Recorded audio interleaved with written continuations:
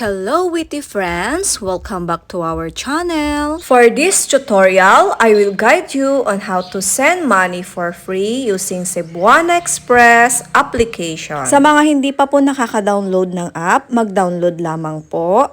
For Android phones, i-download lamang po sa Play Store. Kung iPhone naman po ang gamit nyo, ay i-search lamang po ang Cebuana Express sa inyong App Store. Just download lang po, since naka-download na po ako, ay open na po ang lumalabas dyan. For easy registration, just watch my previous tutorial. I-search lamang po ang The Rosario Family sa YouTube, tapos panoorin nyo po ito. Ang free padala ay isa lamang po sa mga napakaraming advantage kapag ginamit po natin ang app na ito. So, here we go! Tapusin po natin ang video ito at ipapakita ko po sa inyo kung paano magpadala for free. So, first step, mag-login lamang po sa ating mobile app gamit ang ating mobile PIN.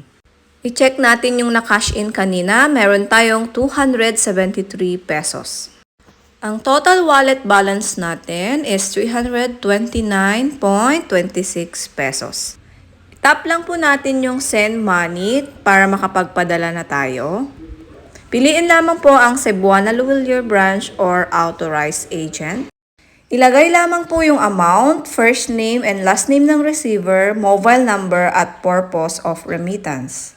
I-click lamang po yung next sa dulo. Kapag okay naman po na yung amount at saka recipient, i-click lang po ang next. Then hintayin yung authentication code na pinadala sa ating registered mobile number.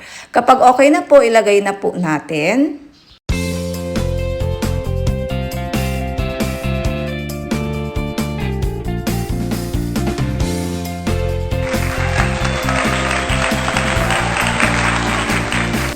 I-check po natin yung ating outstanding wallet, naging 44.26 na lang. Sa transaction history naman, bale nabawasan na ng 285 pesos.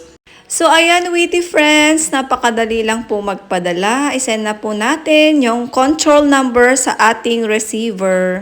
And of course, after ko magpadala, nakikita ko rin kung magkano na ang aking rewards. Ayan, 160 points na po tayo. Thank you for watching, witty friends. Till our next tutorial.